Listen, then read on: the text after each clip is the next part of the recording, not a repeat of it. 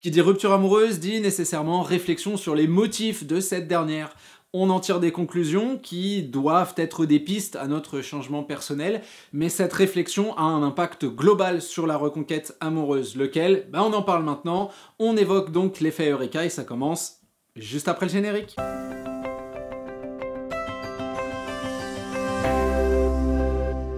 Salut à vous, c'est Jean-Baptiste de jbmarcy.com, ravi de vous retrouver aujourd'hui pour continuer nos réflexions autour de votre reconquête amoureuse. J'aurais préféré évidemment vous recevoir à l'extérieur, mais on a une sorte de tempête avec des vents relativement forts et pour l'audio c'est pas toujours top. Donc on va faire ça ensemble à l'intérieur. Aujourd'hui on se focalise sur cette volonté complètement compréhensible, j'ai même envie de dire qu'elle est instinctive, de vouloir comprendre les raisons exactes de la rupture amoureuse. Alors dans certains cas c'est relativement simple, hein, si on a trompé l'autre, si on lui a menti, si on avait des défauts qui ont été véritablement surlignés, hein, je sais pas, on était jaloux, on était agressif, on était négatif, que sais-je. Et puis dans d'autres situations c'est pas forcément évident, mais en tout cas ce qui est sûr c'est qu'il y a toujours ce réflexe après la rupture amoureuse de vouloir trouver des pistes de réflexion, et cette réflexion-là, elle sert à quoi? Tout simplement à poser les premiers jalons de la reconquête amoureuse. Si je comprends ce qui n'a pas été, je vais pouvoir l'inverser. Et c'est de là que naît le terme, l'idée de l'effet Eureka. Ça y est, je sais, ça y est, j'ai compris, et comme j'ai compris le problème, eh bien je vais pouvoir trouver une solution. On parle de tout ça et on le sépare en deux parties, et comme vous le savez, quand j'annonce le plan, on a tendance à se lancer directement dans la première de ces parties. Donc c'est exactement ce qu'on va faire avec la première idée qui est le cheminement intellectuel. On sait que dès le moment de la rupture amoureuse, il va y avoir un espèce de choc. Qu'on l'ait vu venir ou qu'on l'ait pas vu venir, le moment de l'officialisation, c'est quelque chose qui nous frappe quand même, comme un coup de bâton. C'est quelque chose qui nous fait réaliser que ça y est, c'est terminé. Qu'il y a 5 minutes, on aurait pu peut-être mieux argumenter. Qu'il y a 2 semaines, on aurait pu éviter de faire telle erreur. Qu'il y a 3 mois, on n'aurait peut-être pas dû dire ça.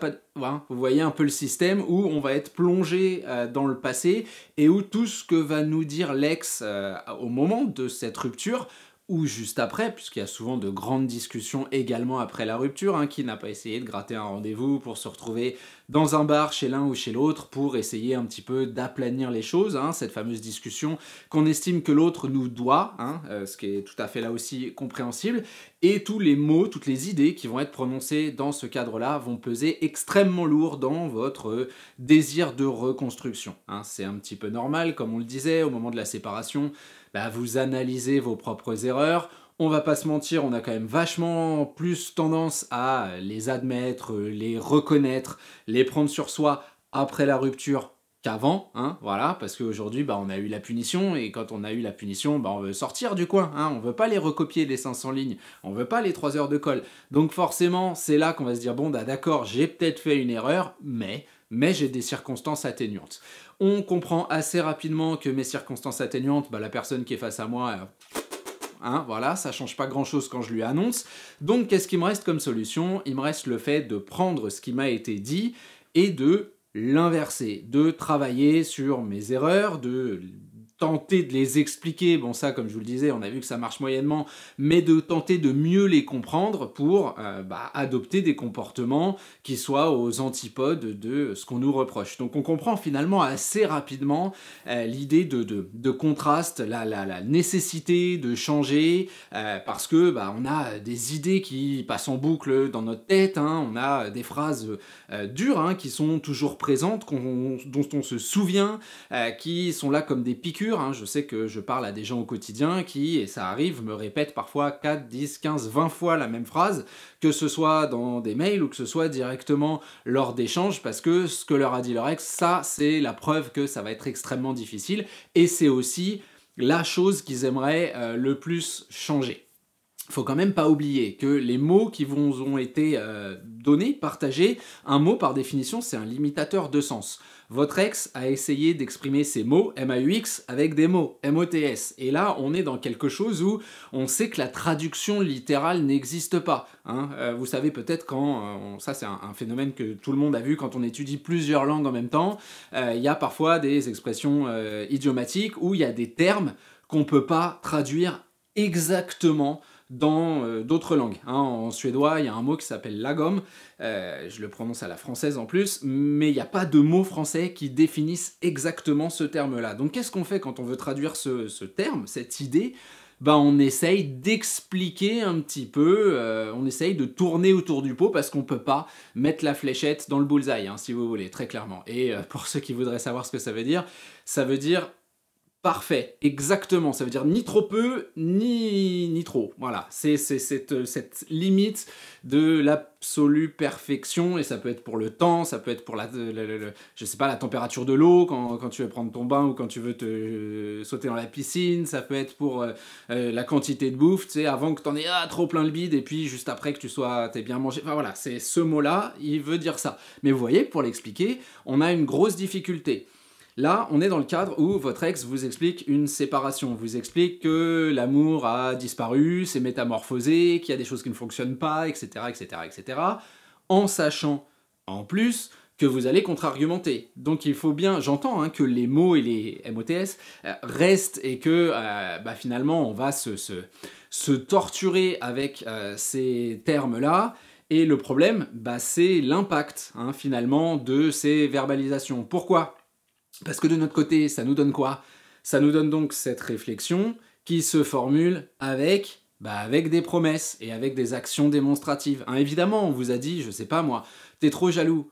La première chose qu'on va vouloir démontrer, c'est non, je le suis pas, regarde, je regarde plus dans ton téléphone, en plus, là t'es sorti avant-hier, je t'ai pas demandé, on va être dans ce genre de choses, et puis on va faire exprès, hein, si jamais on se revoit, de prendre son téléphone et faire « Ah tiens, tu l'as laissé sur le coin de la table », et puis lui montrer « Ah t'as vu, il est bien verrouillé, hein. » Vous voyez le genre d'idée, alors peut-être pas en pointant du doigt et avec des grosses flèches lumineuses, mais l'idée, elle est un petit peu là, hein, et vouloir travailler uniquement sur les reproches de l'autre, bien évidemment qu'on comprend l'idée globale, hein, on se dit que voilà, si j'enlève tout ce qui n'a pas fonctionné et que je garde du positif et que j'en ajoute même, hein, si vous voulez, eh bien il va y avoir cette possibilité que l'autre retombe amoureux ou en tout cas ne garde plus ses griefs contre moi. Le problème c'est que ça ne marche pas comme ça, l'amour est une énergie, l'amour est un partage, l'amour c'est une atmosphère, c'est quelque chose qui est global et qui est pas juste le fait de remplir un cahier des charges et d'annihiler les reproches qui vous sont faits. Donc on comprend assez vite que cette réflexion autour du qu'est-ce que j'ai pu faire qui a vraiment amené à cette rupture-là et comment le modifier, ça fait de vous, comme je disais souvent avant, hein, cette espèce de poupée désir basée sur les désirs de l'autre, poupée Barbie, pardon, j'ai dû dire poupée désir, poupée Barbie basée sur les désirs de l'autre, c'est pas ça qu'on recherche, on recherche finalement quelque chose de vivant, quelque chose d'agréable, quelque chose de dynamique, et le contraste qu'on veut construire, finalement, il est basé sur votre changement personnel, pas sur ce que l'autre veut. En tout cas, ça nous permet de passer à notre deuxième idée, qui est le fait que, oui, ça y est, j'ai compris mes erreurs, Eureka! Et pour certains, c'est très important. Moi, j'ai toujours dit que, finalement, qu'on comprenne ou qu'on comprenne pas, ça change pas le processus de la reconquête amoureuse, donc c'est pas si grave que ça. Maintenant, j'entends qu'on me dit, si, moi je tiens à le savoir, ok, très très bien. Le risque, c'est la même idée, hein, si vous voulez, il reste en tout cas très très très présent. Si on a exactement compris, et que effectivement on s'acharne à améliorer les domaines qui ne fonctionnaient pas, qui vous ont été reprochés, etc.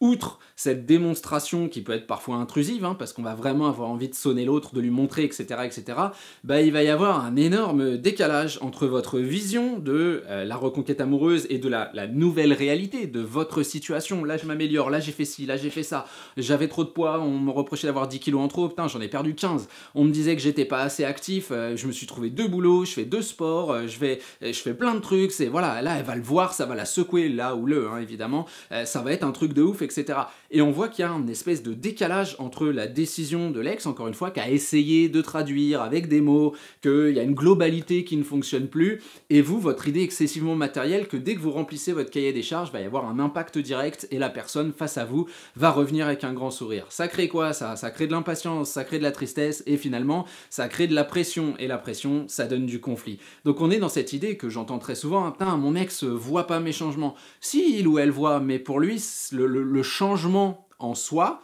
ce contraste-là, c'est pas ça qui rend amoureux, c'est la manière dont on va vivre ce contraste et lui proposer à travers la communication, sans être dans la démonstration, à travers le dynamisme, à travers les moments où on se revoit, etc. etc. Votre ex n'attend pas que vous achetiez une nouvelle couleur de chemise pour se dire « Ah bah alors là, il a choisi le orange ». Ça, c'est ma couleur préférée, allez bingo, on va se marier. Non, hein, on est bien d'accord que ça fonctionne pas comme ça. Bah ça fonctionne pas non plus comme ça pour la jalousie, pour les autres critères qu'on a pu vous reprocher. Donc clairement, moi, ce que je voulais signifier à travers cette vidéo, c'est que comprendre, c'est bien, ça peut être très intéressant pour soi, personnellement, se dire effectivement, il y a peut-être des comportements qui sont inadéquats dans un relationnel avec une personne avec qui je veux construire quelque chose. Effectivement, je peux avoir la volonté de les gommer, de les rayer, bien sûr. Enfin, je veux dire, ça, c'est la quête de l'amélioration personnelle.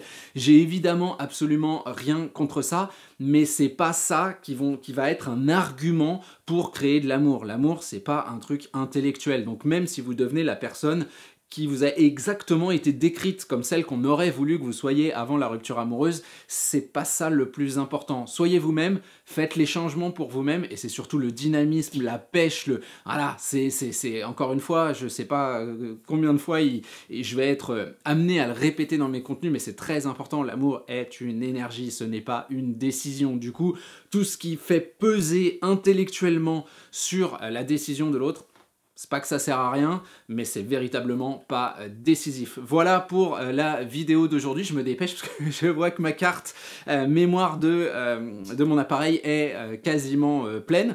Donc il faut que je fasse une conclusion très rapide. Likez, abonnement, devenir membre. On se retrouve la semaine prochaine. Je vous abandonne là, je fuis comme un voleur. Salut, salut.